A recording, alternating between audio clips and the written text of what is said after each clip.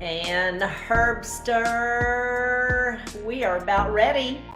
Hey, Rhonda Boyle, how are you today? Good. You got your lipstick on. I'm ready. Fluff up your hair. It is time for us to go and talk to some coaches. Absolutely. We are looking for coaches. If you're a coach, come on in and say, hey. Hey. Because here we are, and we really are ready because we've got some fun things to talk about. Really an important topic to talk about tonight, and that is beliefs. The beliefs that you hold in really sacred. They become the things that are so important to you. Yeah.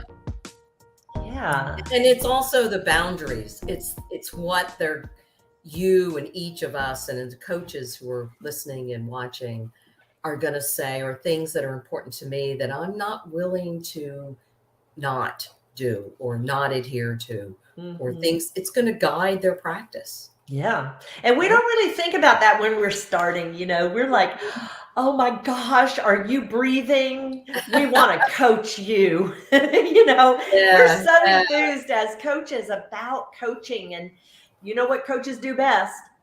They coach. That's right. And so because we do, that's what we want to do, that we're naturally attracted to just start coaching. And it can get us into trouble sometimes because we end up in situations that we may not need to be in because we haven't really given thoughtful consideration to what beliefs are important to us. So that's what we're going to talk about tonight. And hopefully you will leave us empowered, Anne. Yeah. And it's also that no word that people are often afraid of. And I think that as we go through the exercises and some of these questions that we're going to throw out and give you some food for thought, we want you to think about what are the things that you're going to say no to, because they fall outside of the area where you're willing to work. And, it's okay to say no. We often feel like we have to do everything. Right. No, you don't. And it is okay to say no, and you'll feel better about saying no for the things that are not what you really want to do. Well, and if you think about it, that the times that you say no because KNOW, that it's not a good fit for you, right, is more time you have now to pursue the person who is the fit for you. Right. So that's where the empowerment comes from, because it just really helps you make those decisions. Right. So let's give them some things to think about, and jump right into it. So the first thing is we want you to think about those things that are important to you that are unchanging. And I'm going to give you some examples, but we want you to think about this for yourself. What are those things? And 5, 10, whatever number things they are, we say list 5 things, but they could be many more. But a couple examples are integrity and honesty. And as you think about those words, that you don't want to work with liars and cheaters and thieves. Well, of course, everybody says that, but they're out the door. But there may be industries that you feel have unethical business practices, or there may be people who have certain beliefs that are not aligned with your beliefs. So that's the first thing. And that one's pretty obvious. Confidentiality. This is an area where people aren't willing to hold things confidential that they hear. And this is especially true if you're working within a group or with more than one person. You want to make sure that, is this group going to hold those things confidential and respect the privacy of other people that may be part of it. And this may be where you may have to say no to certain people and yes to other people. The other thing that I think is important for me, for example, is family's important, and how you don't let things get in the way of their needs. So this is where we've talked about in the past, and we've talked about in our book, you've got to carve out the time. What do you have left over after your family, after your other commitments? So this is saying that if things come up and it's family time, or you have a family commitment, you've got to make the right decision. Mhm. The other belief that's important is sort of your happiness. And you want to be happy and you want to feel good about the things you're doing. And I think that is aligned with you want to work with people who want to do the best and who are Right. willing to work on their challenges, not somebody who's giving you lip service, but those people that are really willing to commit, right? Yeah, exactly. Because, it's not just about the coaching. You want the coaching to go somewhere and Right. to progress because, first of all, your reputation is on the line. Mhm. You've made promises of what you can offer and the outcomes that you expect. So, Right. another thing you need to think about is what behaviors do you value the Mhm. most? We talked about honesty and integrity earlier, and commitment, and people who follow through, who honor their commitments to follow through. Because you know what? You may have to fire somebody. I know this, you can't even imagine the possibility as a new Right. coach firing someone. But what are you Mhm. going to do when you have a client who refuses to do the things that the work that they've agreed to? And then they come to you again and they haven't done it. How are you going to let them go? Because you may need to fire somebody. So, Right. you Right. know, Yeah. truthfulness too is important, because if Yeah. someone cannot be truthful to themselves, they're not going to be truthful with you or anyone else. And then you also need to, do you value discipline? Mhm. Or here's another one. Do you value a high paced environment, busy, high energy, high paced? Or would you prefer serenity and harmony Right. and calm? Because that's important that you have that in your head.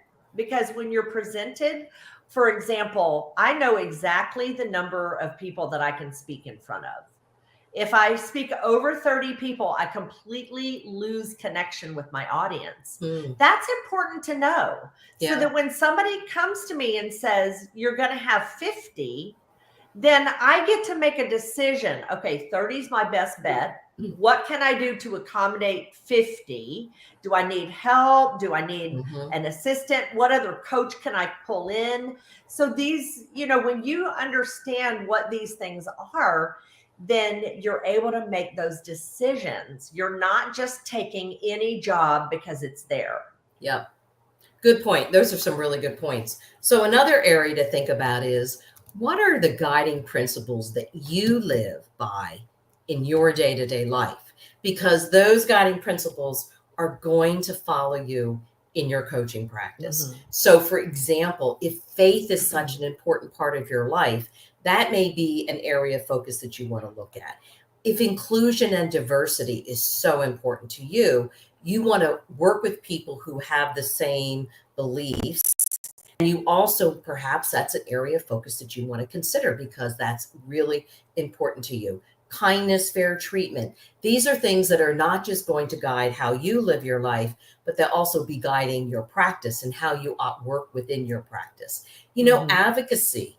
This may be something that you're really passionate about enough that you may actually want to work towards something. You're working towards an outcome. So this could be a potential market for you because you're really passionate about advocacy. Well, maybe that area could be an area of opportunity.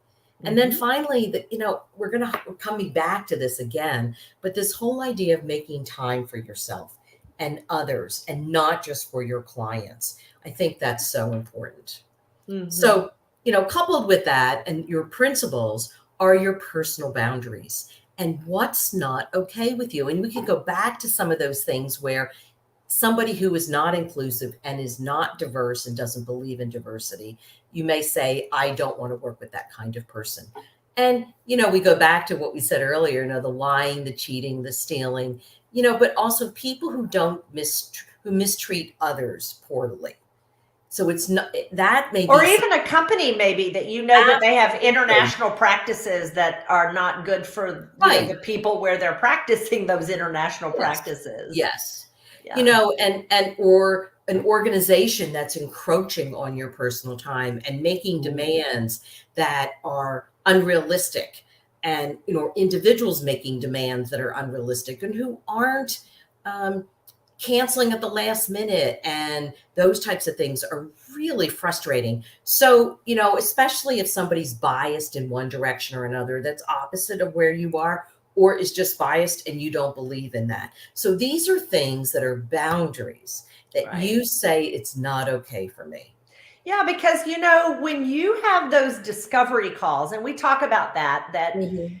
this is something you're going to be people, they don't generally make coaching, they don't make the decision to hire a coach usually without meeting the coach. Right. And so they're going to want to have a discovery, a chemistry call with you. It's named different things, right? Mhm.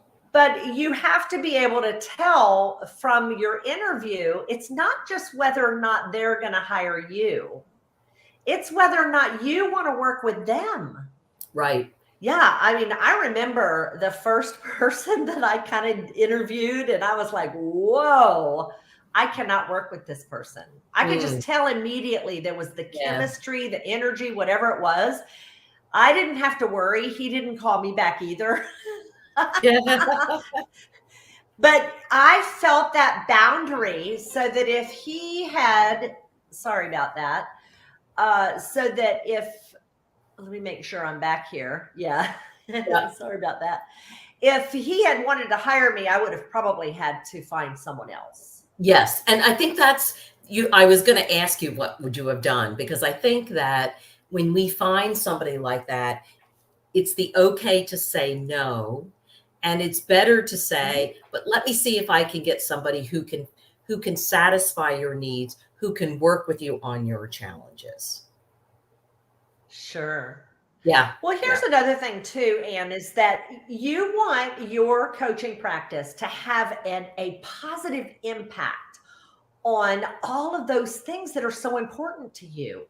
So Yeah. what are those? For example, do you hope to build your faith community? Or do you hope to improve the health and wellness of the world? Or do you hope that children are nurtured or families are Mhm. strengthened? Mhm. Or maybe you want diversity advanced, diversity and inclusion, or maybe you're all about increasing corporate revenues. Whatever it is, it needs to align with your belief, whatever you are, working Yeah. towards. Yeah. And those Yeah. positive impacts, I mean, that's what brings you the joy in your life Absolutely. too. Yeah.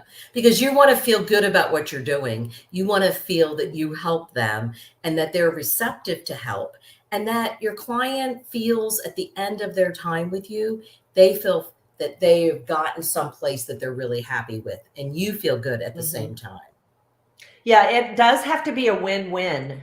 Yeah. Because if you end up, and listen, I have done this, true confession here. And I know you've done that too, accepted a job that really wasn't a good fit. And Yeah. it can derail you emotionally. It can derail you financially. It can derail you in the testimonials and the referrals you receive. So it's Right. super important that you really identify the beliefs that you hold dear before you start pursuing the business, Yeah. because that's going to keep you with fulfilled clients who are solving their problems, and it's everything is like in alignment, and you're just chugging along, helping Right. people all that you Right. want, right? Yeah, and and this is sort of, if you think back to the other two sessions we've been doing, what is your vision, what's your calling? The beliefs are important, and we often don't take the time to think through this. So we hope that if you've missed the other two, that you come back and go back and look at the vision and the calling, because they, coupled with this whole section here on beliefs, is going to help you make sure that you've got the right focus on your coaching practice. Yeah, and you can find that in our Facebook group, which is on Facebook, Coach Business Guide. Just go to the group there, or you can find us on YouTube. We've got all of those videos tabbed for you to help you on your journey. So, Anne, let's tell everybody what is coming up next. Right. Next week. So starting Monday, we are going to offer a free 5-day challenge that will go Monday to Friday at 12 noon Eastern time, 11 a.m. Central time. And if you sign up for it, you will get a free mini guide that you can use to capture insights and ideas from this challenge. So we hope that you can join us and learn some new things, get your coaching practice started. So as we say in our book, The Coach Business Guide, The Path to Launch and Grow Your Coaching Practice, these are just some of the exercises that you can find to help you launch a successful practice. And that's what we want. We want more coaches who are out there getting themselves launched and growing their coaching practices, because Ann, I don't need to tell you that there are a lot of people who need coaching today, don't you think? Absolutely. And more, there's so much going on that there is a real need for coaches today. Yes, there is. So we are in the business of launching and growing coaches, and we will see you next time and inside the group. Yes. Thanks for joining us, everyone. Hope to see you soon. There you go. There's our jamming. And so there you go. We'll see you next time, everyone. Thanks for joining us. Bye, everyone.